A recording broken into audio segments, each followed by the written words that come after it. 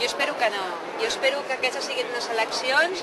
que almenys per part del Partit Popular seran unes eleccions en les que farem propostes, en les que portarem solucions als problemes de la gent, i la crispació potser la volen promoure els altres, el govern, que és el que necessita fer molt de soroll perquè no sentin les propostes del Partit Popular, però crec que amb tot i amb això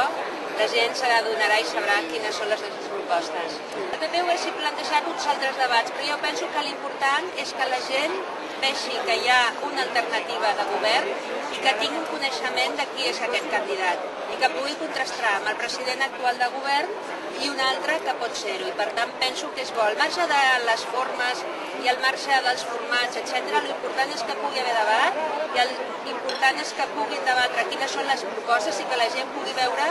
qui és el millor per ser el president de govern i quines són les millors propostes i qui té el millor equip per tirar-ho endavant. Crec que això és el que ha guanyat i és l'important. Sí, nosaltres portem ja 2 mesos d'una intensa precampanya